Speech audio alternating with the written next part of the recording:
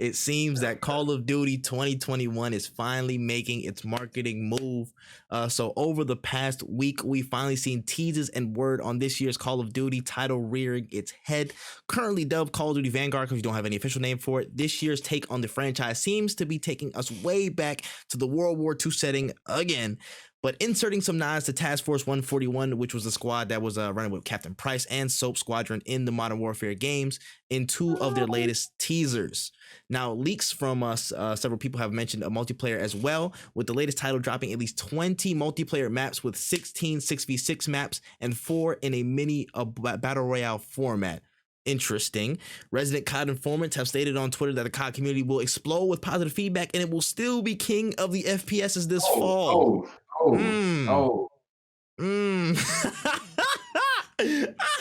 don't feel it is. At this point, I don't think there's anything Call of Duty could do to impress me. I'm just gonna be real. Like, I don't really enjoy their games to the fullest. Like they're good shooters. Like, their games are good shooters. That they feel good. No one can say that like COD games don't feel good, right? But they don't offer unique experiences. And I feel like that is where that is why my heart lies in Battlefield so much. The shit that happens in Battlefield can only happen in Battlefield.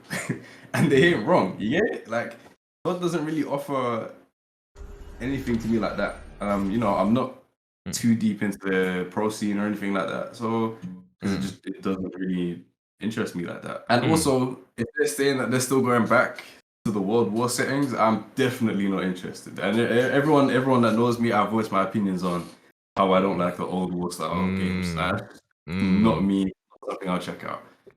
Like, when it comes, like, we beat how many like old war titles have we gone through now? At least 4. At least I finally decided to take it back forward. Like, that's the direction I want to be going. I want to be going back in time, but that's just my preference. Like, I haven't grown up with these World War type games. You know what I'm saying? Yeah. But, okay. Yeah.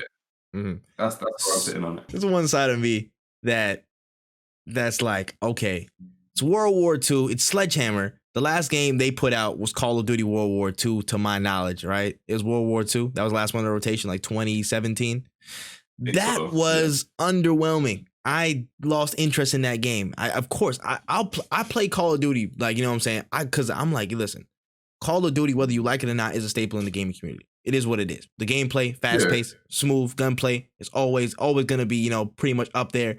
But it's the lifespan of it that always dies. It's been dying off quicker and quicker and quicker every Call of Duty release. That's the problem. They found a lot of problems in trying to sustain the momentum that they have in terms of Call of Duty releases. They got some resurgence with of course, the introduction of Warzone and Modern Warfare, the remake. They found that, a bit of a way back forward. But again, it was Call of Duty Black Ops Cold War came back down a little bit. And it feels like, again, with this one, people are not excited for this World War II setting yet again from Sledgehammer. We're like, bro, we've seen this already. That is going to be a hard selling point for them to get across. There's a lot of hats that they have to keep rotating in terms of Call of Duty. They have to, maintain a lot of different hats. First and foremost, they have to, try and revitalize some type of campaign. And, every time this is my basic philosophy. If it's not Treyarch doing it, I'm really not super interested unless it's like, a Modern Warfare story in which I see Captain Price and I see them people that I grew up on in terms of that campaign. So if it's not Price, if it's not Treyarch, I don't care. That's really my philosophy. I'm like, maybe it'd be crazy. I don't know. Some of them maybe have surprised me before in the past, but that's my general policy on that. That's one. Campaign has to be revitalized. 2, the multiplayer experience has to be fun, has to be fresh, has to be compelling. The map releases, they're apparently reporting that they're gonna have 16 maps at launch, which is again I'm pretty sure double the amount that Black Ops Cold War dropped with, which is gonna be good. They need to fill that up with content from day one to keep them sustained. You can't just have 8 and then piecemeal it because people are gonna run through it fast. You need to give everybody a lot of content to deal with on the first drop. For Call of Duty, for a AAA shooter like this, you need to give them a pack of content on day one. So they stick with it. They have to learn the maps. They have so much to, get bombarded by. You have time to, again, piecemeal more content down the line. You have to nail the multiplayer content offering on that side. And on the third side, you have to, again, reinvigorate Warzone because it's in its worst state that it's been in its lifespan. The hackers, bad. The season updates, underwhelming. Again, the cheaters, the servers, the gunplay, the game balance, it's all been off, especially, and it hasn't gotten better. It's been losing traction. You know what I'm saying? Like, people, you've seen people switch over to what's the name? Apex Legends in mass. This man, what's his name? Nick Merckx was giving a whole seminar on how Apex was harder than Warzone and was going deep on that. I was You know what I'm watching saying? that today. You know what I'm saying? You see Warzone is in such a bad state. Even the most avid of Warzone supporters are making their way over to Apex and they're playing that way more consistently.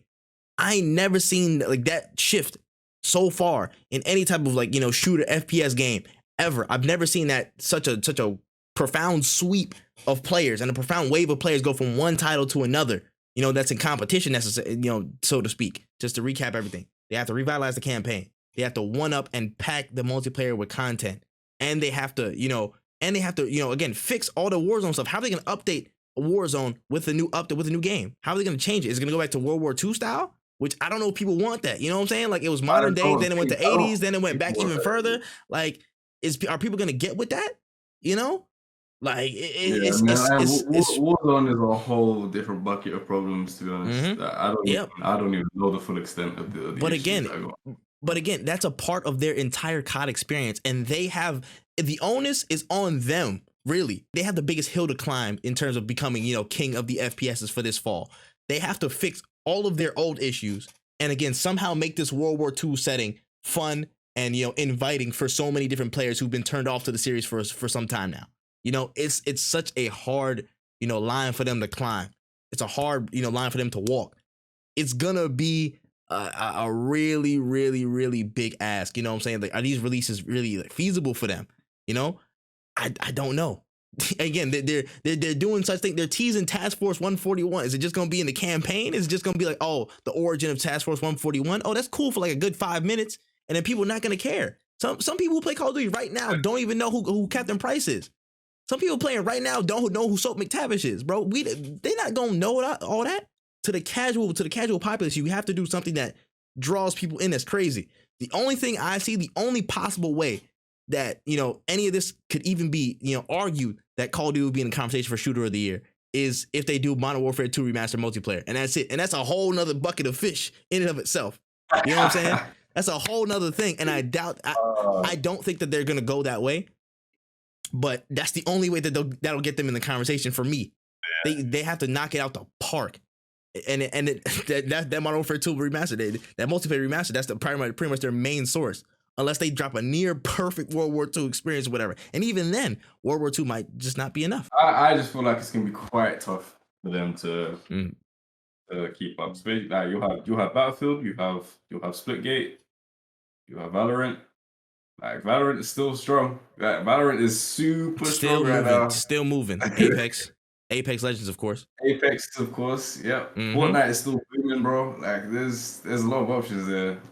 Again, Halo Infinite as well. The big three shooters are back in. And again, if you want to base this off of hype and momentum, it's Battlefield 2042, Halo Infinite, and then if you just climb down way more, about 30 rungs into hell, you'll see the hype and momentum for Call of Duty. You know what I'm saying? Like, it's a big discrepancy.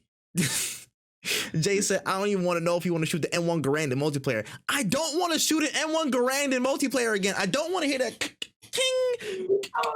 I don't. Give me piss me off, bro. Give me an ACR.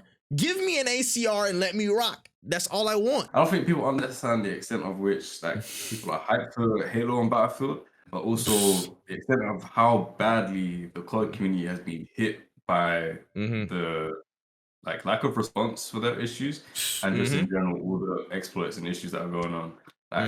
People have really gone off this game as much as people will still go back for it, but once the new titles are out, I'm telling you, they're gonna take huge hits. That's how I see it, how it's gonna go anyway.